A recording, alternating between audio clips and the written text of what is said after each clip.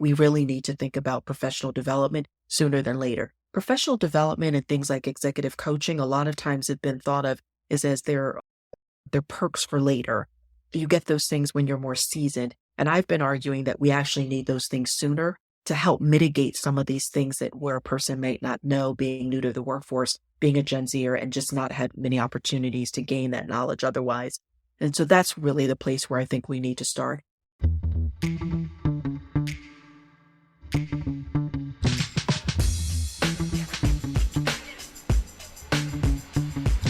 And welcome back to Relationships at Work, the leadership mindset guide for creating a workplace we love. I'm your host, Russel Lawliker, a communications and leadership nerd with a couple of decades of experience in both those areas and a whole heap of curiosity on how we can make the workplace a better place.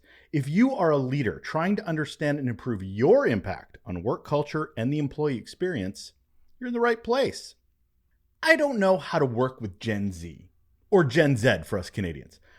I'm worried about their ability to lead. I've heard both of these statements more than once. And I'm sorry, but it feels super deja vu for me hearing about how millennials were the problem back in the day. They just needed to stop being so entitled and put their phone away. I think we were dismissive then, and I think some leaders are pretty dismissive now. Great leadership should be looking at this as an opportunity, a new generation, new ideas, new ways of working, collaboration, honesty, some new truth to power. We need these things. But generations are absolutely different from one another. And Gen Z, no different in being different. Yeah, that works. It's actually part of our guest today's work to help those young leaders and us, old leaders, we can say old maybe, bridge that gap. It's a part of her consultancy called the Looking Forward Lab. And we're going to learn a bit of what she's learned. Hold on.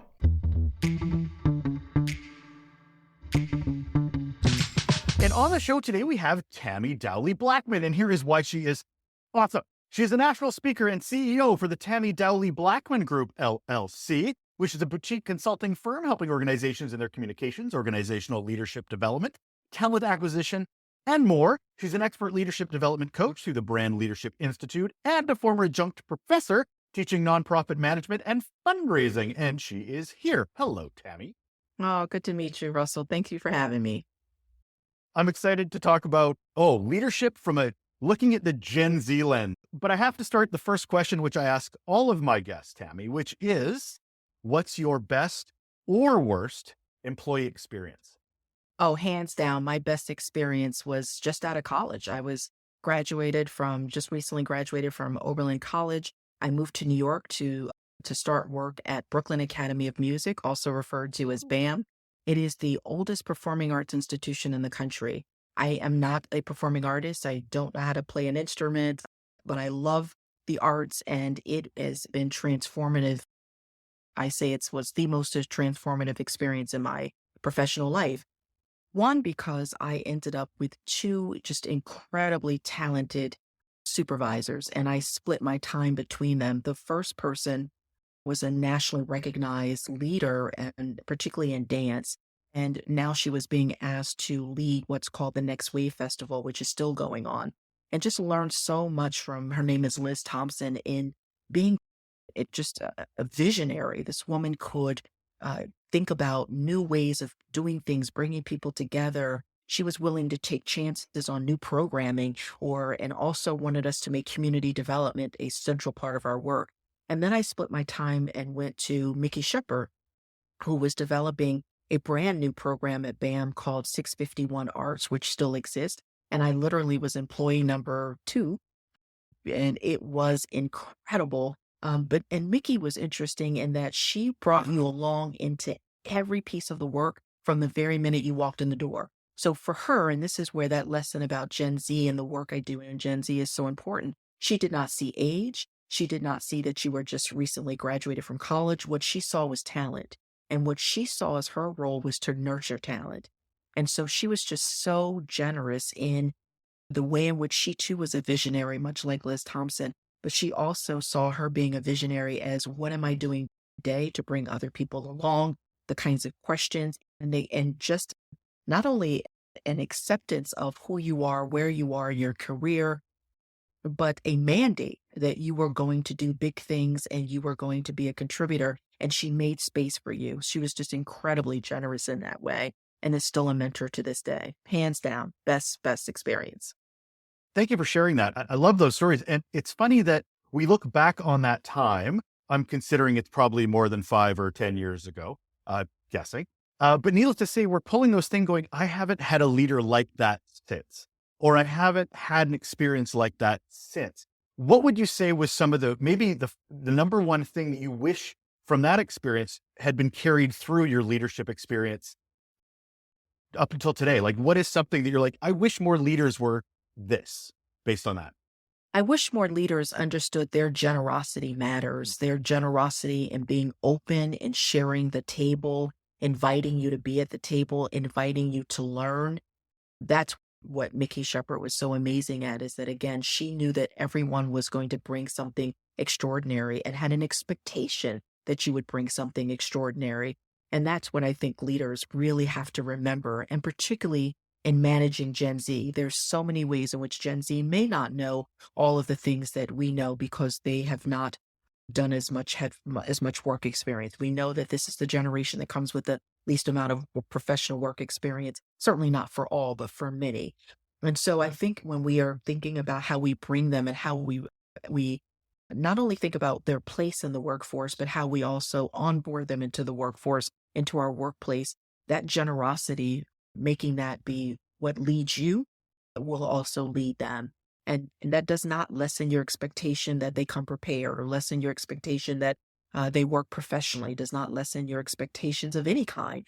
I think it for certainly was my experience and what I wish more leaders understood. It heightens expectations. People would like to meet those expectations. And we're still becoming fully formed humans at that time when we're coming out of school like that. So those impressions have huger ramifications than we do as fully formed. Like, how many people still go back to your high school as a reference 20, 30, 40 years later? This is no different. These are impactful moments. So those first mentors, those first leaders are reference points for the rest of your life. As a Gen Xer, that was a huge thing for me as well, going, oh, so this is what leadership looks like, good and bad. Right. Exactly. It carries through. So we're talking Gen Z or Gen Z, as us Canadians like to call it. We love you, Canadians. Oh, thank you. I'm a big fan of definitions. I think that's important to at least start off to a place where we're talking common language here. So we're talking Gen Z, Gen Z. How would you define this generation? Whether it's, span of born, I don't think it's by when they're born, but really the traits we're talking about. And I do just give a reference around that when they're born, is that it's somewhere between 1995 and 2012. And depending upon what you're reading, give or take a year or two. But I do think for people who don't know the generations, it's helpful to give a little perspective. And so we're really talking about those Gen Zers who at this point are their oldest are going to be almost 30. And those who are young are just about to become teenagers, 12, they're 11, 12 years old. And so it really is important to understand because then when you talk about what they bring, it makes sense when you think about the parameters of what the years they've grown up in. And so it is, if you've got a Gen Zer who's closer to 30, that Gen Zer actually is one of the few who actually has experience in being tech savvy, but also knows what it means to not have tech all the time. But if you talk to a Gen Zer that's closer to 17 or 18, that Gen Zer only knows being tech savvy. And I don't know that in the workforce, sometimes that leaders, those who are either educating Gen Z and training them or those who are then hiring and managing them, I don't know that they always realize that. And I think they just dump everybody into the same pot and they're all the same. And they're really not. You really have some Gen Zers who are closer to millennials. And then you have those who are much further away from that. But the constant trait, that there's a couple of traits that I see that are consistent, there is a tech savviness. So again, whether it's that older one who has some or that younger one is all tech savvy, it is also this trait around having less work experience. Again, as I said, this is the generation that comes the least knowledgeable about the workforce. And it isn't their fault. It's really just was by design of there were so many more activities. There is so much pressure to ace the test. Now in COVID, fewer colleges are mandating that you take a test to get into college. But even if you're not going to college and you're trying to do some kind of other vocational program or you're trying to do other things, it might still be that you have to do something that required you to put a lot of hours in, whether it's athletically or whether it was about the arts. There still was a culture when these kids were growing up that was much more about having to be highly specialized and on target, and there was very little time to do much more exploration like you and I would have experienced. So those are some of the two biggest, I would say, is consistencies. But lastly, I would just also add that we found that this is the generation that brings to the workplace and into relationships, they're most diverse. And I don't mean diverse just in terms of their religion or sexuality or their race or ethnicity, but diverse in how they see the world, what they think about, what they're interested in. They also see work very differently, and that work does not have to be all consuming. That is not meant to be disrespectful, though I think some older generations might sometimes take it as disrespectful. They're just saying there's got to be a way to have a balance, and they're much more interested in what the questions are and the way to explore what that balance might be. I recently talked to a guest, Jen Buck, who talks to a lot of leaders and executives. And she said the number one thing that she hears from exec is their worry about the competence of this next generation of leaders. So I'm curious what you would say to that current executive who's has this concern about Gen Z. I would say, and this is what we do in my company. So there are three companies under Tammy Dowley-Blackman Group, and one is a traditional management consulting firm that works across sectors. One is very specific to Gen Z, call it Looking Forward Lab, and the other is working around women's entrepreneurship. And I say all of them because there's some things that cut across all three, because we end up working with a variety of age groups and in a variety of sectors. But what I say to that answer is that it is about as much our responsibility as to what we're teaching them. So I can't have an expectation that you come into my workplace and know everything that I want if I've actually never given you any opportunity to experience it. And that goes back to the point that this is the generation that has the least amount of work experience. So I can't expect you to understand how we might write for a particular kind of medium, or I can't expect you to understand what it means to be in a professional setting if you've never had that experience. And now in COVID, it's been even more difficult. I learned my own daughter, my only child is a Gen Zer, and I'm listening to she and her friends as they've been looking at internships and thinking about internships. There are internships that are completely remote. That is not something that ever could have been a concept when I was going to college. And I know it dates me. But point is that how can I expect you to know what it is like to actually to show up then professionally in person? How can I don't have an opportunity to mentor you. I don't have an opportunity to show you things. You think about how many things we see when we're just in a space, in a meeting, in a conference room for an hour. You get a chance to watch body language. You get a chance to see different people interact. You get a chance during a break to ask some questions. You get a chance to potentially be asked, follow me back to my office and I'll give you the rest of the detail. When you're on a Zoom, the Zoom is done and everyone goes away. So I just offer that I think that certainly Gen Z has as much responsibility as any generation to manage itself, to learn, to read its audience, and to get itself a game plan for how it would like to be professionally positioned.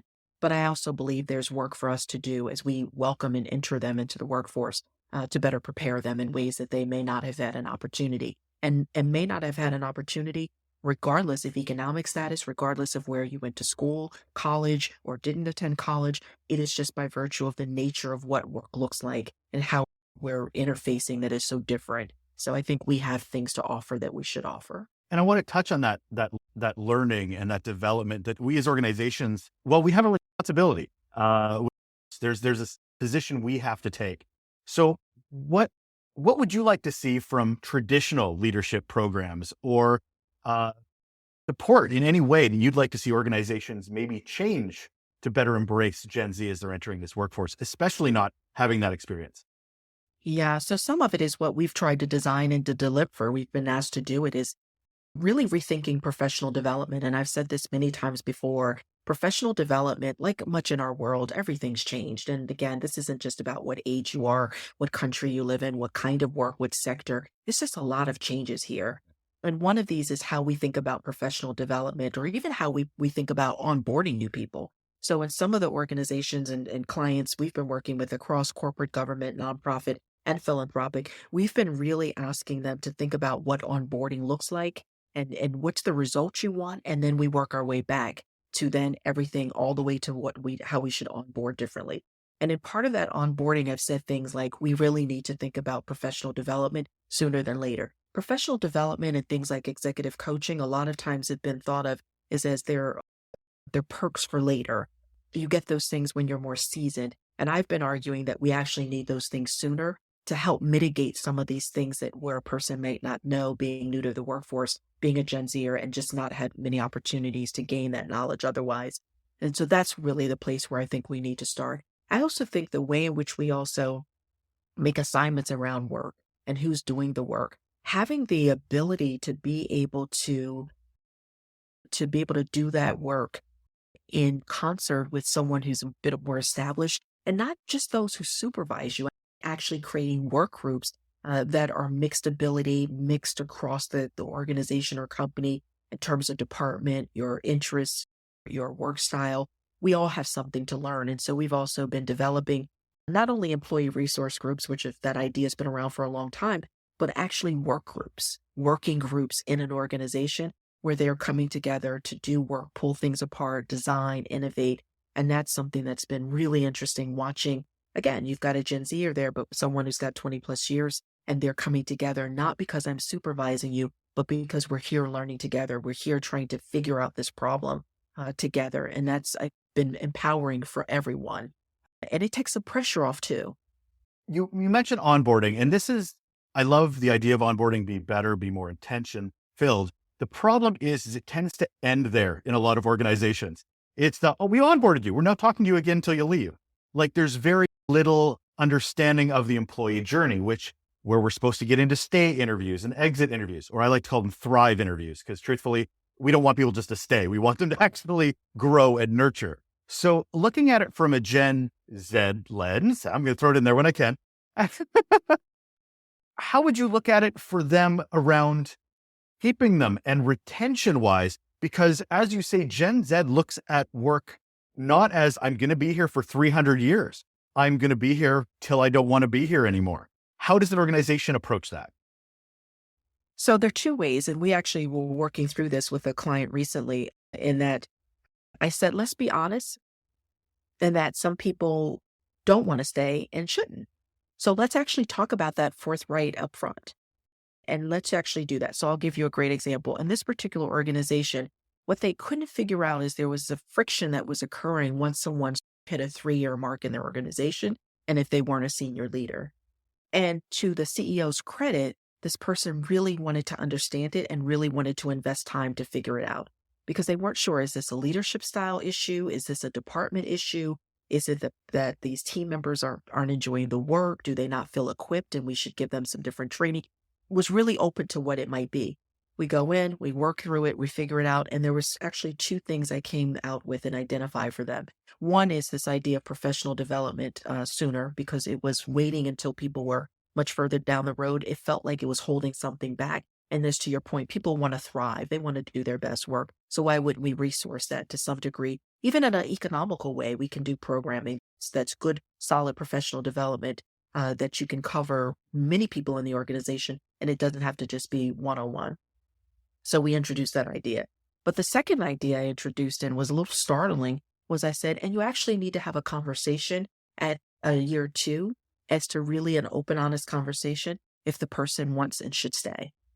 Because the way they were structured is that it was very difficult to move up after you've been a junior person to any role above that.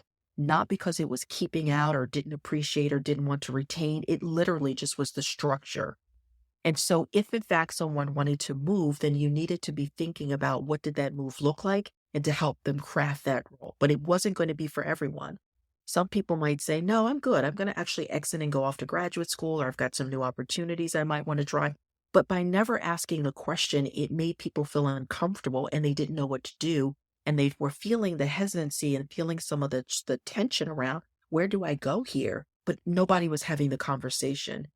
And so by offering, that could be the way at the 2-year mark, introducing at the onboarding, say at your 2-year mark, if you remain here, we're going to talk about what would it mean for you to continue to thrive here. And we are completely open to what that conversation may bring us. You might decide to say to us, I'm staying one more year and I'm going off to apply to graduate school, med school, law school, whatever it might be. Or you might say, I'd like to stay 2 more years and here are the things I'd like to do. And then to think about, and if it's impossible to go beyond that, then how can we help you to figure out where to go and to help you get there? That's generosity. That's acknowledging from the very beginning, you have something to bring here. You can be a contributor, but we also get it that the way we're structured, in mass, everybody's not going to have a space to move forward. There's just no way to absorb everyone. So let's have a conversation at that 2 year mark and let's do it openly and honestly so that you don't have to feel guilty about applying to graduate school and trying to hide it, or you don't have to feel guilty about trying to find a new job. Let us help you. That opened up so much and it gave the Gen Zers, gave them confidence. It lowered the tension and it helped managers to understand this is very different than, again, what may have been their experience as an older manager, and they were open to it as well. It's ironic that we're focusing so much on Gen Z. I'm going to back and forth it. But we're being and embracing diversity by doing that, but we're also not doing it enough. Because of course, within Gen Z, there are diversity. And there's no generation that I've encountered that is more passionate and understanding and aware of DEIE and the importance of it. So as leaders that come from an organization that looks like employees, bracket done, that is the umbrella of everybody. How do you approach a generation that is much more aware of what you're doing and not doing from a personalization standpoint? Yes, this generation is acutely aware and not afraid to let you know where you're falling short. And that can be a bit disconcerting for leaders who didn't grow up that way themselves and that they didn't have those conversations with their leaders and can feel very put off by it. And so in thinking about this, you have to create space. And I think some of the ways to do this so it doesn't have to feel it doesn't have to feel confrontational. It doesn't have to feel like you've put anyone on the spot is I've watched some really great leaders create the way in which they use some of their time together. So whether they just make it part of a natural staff meeting twice a year for these conversations, whether they've included in their annual, I call them advance rather retreat. We're not retreating from anything, we're advancing. But the annual gathering of team, they've added something there around let's have conversations about what do people need? How are people settling in? One of the other things though, and feels old school, but it's been incredibly helpful, is what we call these pulse checks. And so we've got plenty of teams we work with. They do an annual survey of satisfaction of team members. But what we've encouraged them to do is to not just limit it to annual. You don't have to put a ton of time. It's a very time consuming to do it annually and to get the data and to analyze it and so forth. We're not trying to make them recreate that big lift all over again. But these pulse checks are really 3-4 questions. You just send it out as a quick survey. Data comes back and you can have it where it's across the entire organization. It can be across just your department, but really important information. And you can do this once a month, once every 3 months, whatever it might be. But for you to be able to create space so I can quickly tell you something that's going really well, but I also can quickly tell you things that are not so you can identify it early. And we're not waiting until it's my annual performance review, or we're not waiting until something festers and blows up. We can get the information sooner. It doesn't mean that everybody's happy all the time. It doesn't mean that everybody will choose to stay in the organization, but it just might be a way of being able to open up conversation, and it certainly builds trust. This reminds me so much. Now I'm old enough to remember when the eye rolls happened around millennials, because everybody was like, oh, millennials, like they're all children all the time. And it got to a point where I'm sitting in a room, I'm going, millennials are 45 now, right? They're your middle management. No. And I feel like we're playing this game all over again. So what would you say to an organization that is suddenly now, COVID and pandemic has certainly opened our eyes to different ways of working, generationally, diversity wise. What would you say to a different generation that's looking at Gen Z going, this is why you need to embrace these new workers? You've talked about the honesty, and that to me is a boon. That feedback, truth to power, is absolutely important. What else are they bringing to the table that leadership may not realize when they're nervous about these new youngins? New youngins. They're not afraid to have harder conversations.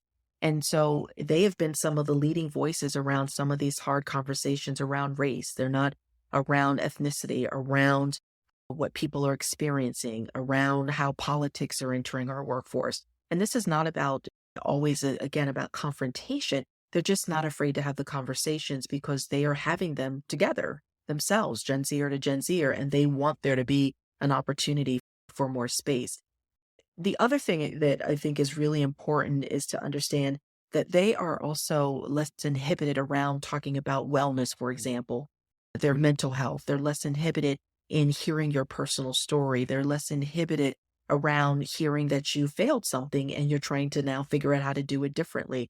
These are just things that other generations just didn't get the chance to do. And certainly there's space. We certainly want people again to remain professional. We don't want this to become a space where it's alienating because someone in oversharing. That's not what I'm advocating at all. But this way in which Gen Zers are understand that we're human beings, and we are in a workspace, and workspaces will certainly have humanity, will have humanness in them. And so they are open for that. What I think is still critically important is that we really do have to think though about how we again create that space for learning though, because I have had plenty of Gen Zers say to me, I'm a little worried about entering the workforce or I'm scared. I don't know actually how to say, I don't know how to do this. And I'll give you a great example. There's a way in which I've talked to many managers and they assume because Gen Zers are the most technologically advanced generation ever, somehow they've translated that in their minds. That means then you'll be able to just jump in and figure everything out. And so a Gen Zer is some of them are saying, but I'm afraid that I don't want to look poorly. I don't want anyone to think that I'm not grateful for the opportunity, but I'm struggling. I'm struggling because I actually don't know how to connect all of these dots. I don't have experience in this. I'm struggling because I work remote and the people who have children or they've been at their career 20 years, they love working remote and I get it because they don't have to do the commute and because they've got family demands, but I'm lonely. I'm lonely and I don't have a way to connect. I see people on a screen on Zoom, but we do the meeting and they're gone. So again, I just think that we're trying to understand, give everybody place, meet them where they are. But with Gen Zers having to really connect with, they understand that there's a human being behind all this work. And they really want that to be a consideration. And again, there's a middle ground here, understanding your humanity, understanding that there's a person behind the work does not absolve you from doing the work, does not absolve you from learning what the procedures and protocols are of that organization you've joined and really revving it up so that you can become a full contributing member. We're in a middle ground. It's not the either or. And sometimes I'm working with managers to stop thinking that it's an either or and putting that pressure and a Gen Zer to not think they've got to respond as an either or. It can be a both and. Based on your experience in talking to Gen Zs, what do you think their challenges are that they're going to have to face interacting with these older generations? Because we've talked about it from another generation. Now I want to talk about it from what the Gen Z generation may need to prepare for. Yeah, Gen Z is having to, and again, this is what we try to do through Looking Forward Lab, and we try to catch them early on. So we're building partnerships with universities so that we can do work while they're there. And it's not in any way intended to take away from what you can get from your traditional career services. It's meant to supplement. So we're really trying to think about what that looks like and how we do that in a way that, again, continues to push and say you need to be here, be a full contributing member, and how are you going to do this work? But we're also trying to get them to be open about what they bring to the table and not to be afraid. And there's brilliance around creativity. There's brilliance around understanding, again, intuitiveness or understanding diverse audiences. There's brilliance around how to link up. The minds of Gen Zs are moving so fast because they're used to technology moving fast, being able to quickly research and all of that. Like, why wouldn't we want to hone in on that and use that brilliance? So I'm always reminding them that they bring incredible things to the table, but I'm also reminding them to come with humility. I remind the managers too, come with humility. I also can't tell you how many times I've had a manager say, I had to figure it out. Why can't they? And I say, you know what? That's not fair because you didn't like having to figure it out. It wasn't a great experience. It was awful. And you wish someone was helping you and guiding you and mentoring you. So why don't we do this for this generation? But at the same time, having expectations and asking them to understand this, you're in a workplace and we need you to be able to step up and do your work. And if you've got a question, then you talk to us. One of the teams I work with in New York, I love when we're in person in their office. And when you go to the restrooms, and I thought this was so brilliant to put it here, because if you just handed it to people, they probably might quickly put it away. But when you go into their restrooms and you close the door, there's a sign on every door that says, there is no shame in it. And it goes on to give you this list of things. There's no shame in not knowing. There's no shame in asking questions. There's no shame in bringing an idea, whether you know it's going to work or not. There's no shame in not feeling well. There's no shame in grieving. There's no it gives this long list. It is so beautiful. And it's a reminder for any of us. But I think it's particularly for the younger folks on their team. I think it is that way of if I said it to you, you might get a little flustered and embarrassed. You think I'm doing something wrong or I'm not supposed to be here. But literally in a private space like that, I can engage with it. And it might just be that thing that calms me that day, gives me the confidence to be able to say, I'm having a great time here and I want to do well. How do I thrive? And let me go ask the questions so I can do that. I love that you bridge the gap between it being something that's on a wall to it being something you actually have to do as well. I mean, how many times have we seen things on a poster we're like, well, that's not true and I don't believe any of those things, but it's so nice you've decorated the room. So I like the actions connecting you. If you want to build this culture that embraces Gen Z, you have to do the things that are uncomfortable that might be different for you as a different generation. Because as soon as I hear you say that, I know so many people like, oh, that's stupid. Oh, that makes me feel uncomfortable even. Why would we need to put that out in front of everybody? And some of them are good leaders. It's just an uncomfortableness that they're just not used to. Yeah. And what I would say is that this company and the CEO is not a Gen Zer. The CEO is a baby boomer, but that CEO would tell you that they find it just as helpful to see that and remind themselves as the Gen Zer that they are managing work stress. They're managing the conflicts and what their board might want of them, what the team wants. They're managing revenue, cash flow. They're managing their own home life. They're saying these things make it just as easy for them to be able to say to the team, I'm really sorry today. I'm really not clicking on all cylinders. I really need you to just be patient with me today. Or today, I'm sorry, I can only focus on this because of the pressures of this. And I just wanted you all to know and be transparent about that I'm not ignoring, but I really just got to sequester myself and get this done. So that person would say to you that it is just as an important reminder for them as a baby boomer as it is for the Gen Zer. It benefits all generations. And that's the thing. You hear, oh, Gen Z doesn't like meetings. I hate meetings. I'm Gen X. We just didn't think we could say anything, but now the Gen Zs don't care and they're being so open and honest. And it's stuff like you could say stuff. You could tell people that's a horrible email. You can do that. Yeah. To agree with embracing this everything Gen Z is asking and wanting is what other generations need and want too. We just didn't know we had the psychological safety to do it. Exactly right. But again, also reminding Gen Z, there is something amazing to learn, tons of amazing things to learn from those who've been in this particular organization, company, or in the workforce generally. So you've got a way in which you're entering. There are things that are important to you. There are things that you know, but also other people know a ton of things as well and be open to that. And that's also been powerful to watch Gen Zers saying, wow, I really want to go to such and such because I know they've done this 5 times already. Why wouldn't I go to them and ask for some assistance here? Or, wow, I didn't realize my coworker here who's worked here for 10 years, actually, before they came here, they were doing a project similar to what I've been asked to do. And they said to me, hey, if I can be of any assistance, just grab me. So it's not just, again, what Gen Zers needed. And I'm trying to bridge the gap saying, what do we all need? How would we all do it? And how do we interface as best as possible together? It's not about singularly just Gen Z, but it is an amazing conversation because Gen Z is entering the workforce. And to your point, they're doing things, bringing things to the table. Prior generations never thought they had any power, ability, capacity, or safety. And that's a perfect reminder and safety to do. And I'm just immediately starting to think about, and I hate the term reverse mentorship because it's just mentorship. It's not, regardless of who's mentoring whom.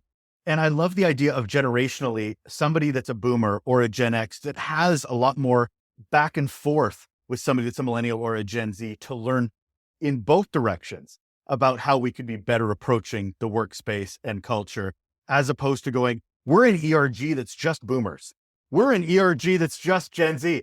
And I get that from a colleague standpoint, and I get that from a commonality, but nobody's learning anything if we keep those siloed as well.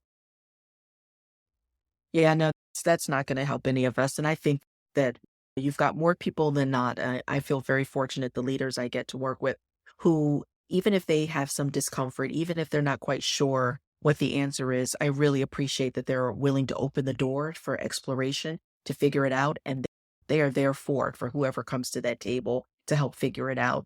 And so I'm really pleased and really proud of them, because I know for some of them, as you mentioned, it truly is uncomfortable. It truly is disconcerting. And some of them feel just as insecure as a Gen Zer might. I don't know how to do this. I've never done this way before. I don't want to mess it up. We've got a lot of also those who are older who are struggling, trying to do everything from remember to say pronouns to making sure that they, in thinking about a new project, they are as inclusive as possible. And again, not just about religion or race or ethnicity, but the different backgrounds of learning, different learning styles, that they are trying their very best to make sure that they've done everything they can, but also being clear and saying, but if I don't get it right, please tell me I didn't get it right. And I really appreciate that. And I really appreciate those who are willing to come to them and do that in a way that is helpful, that is respectful on both sides. I want to get it right. And I want to thrive individually, and I want us to thrive collectively. As we get near the end of our conversation, I want to doom and gloom it here a little bit, Tammy. So if an organization doesn't work with an organization like you, or decides to embrace Gen Z as this new generation coming in and working in their organization, but not willing to do what it takes to meet them where they work, what is the downside of not taking this all seriously? We see it. We see it in that we've got organizations that are experiencing turnover, massive turnover. We know that certainly people can take to social media and really sock it to you with bad reviews, bad information. And we know that it just makes people feel horrible who are still there, to watch colleagues leave under awful circumstances, watch the senior leaders struggle and not hear and be tone deaf. It doesn't make anybody happy. It's not healthy for anyone. And so we certainly have seen some of that. We've also seen where, again, organizations repair and watch them say, you know what, I don't like that we did it that way before. We did it incorrectly. We're not doing it that way. We're opening this up. We're asking a different set of questions. We're going to be more responsive. We're going to be more responsible. And then I see some organizations that just sadly, you can see where it's headed. And that if they don't get there, they will not figure this out, and they will be in that situation I mentioned first where things have imploded. It's gone awful. The last thing I'll say on this is that some of this where we see organizations beginning to learn and beginning to think about some of these issues is through two sort of processes that I asked my company to do. One is, say three. One is strategic planning. Another is through executive coaching, the senior leadership team. And another is helping them to think through their business model generally. So part of that strategic planning, but could be independently. But once they start doing any number of those things, actually some of these questions just naturally come up. They start to see their blocks. They start seeing where they're negating the possibilities, how they could have increased revenue, built new partnerships, because they start realizing that because they were afraid of being uncomfortable, they actually made it impossible for some new things to develop. And that starts to ring home very quickly to some senior leaders when they realize, wait, I'm affecting everything here. This is it. I just didn't like this. I'm affecting everything and I can't do this. And this isn't acceptable. And that's what you hope, that people will be reflective and do that. And then sadly, some things where we find the boards of directors have to say to them, this isn't working. Thank you for this, Tammy. I really appreciate your time talking about this. So I have to wrap it up on a good note. Let's do it with the last question I asked, which is, Tammy, what's one simple action people can do right now to improve their relationships at work? One simple action is to really be deliberate in their communication, to not assume anything, to really think about what you're saying, how you're saying it, and to reiterate. Because I said it to you once, we now know that because everyone is so overtaxed, what's the number? It keeps going up. Something like it now takes 9 times for you to hear something.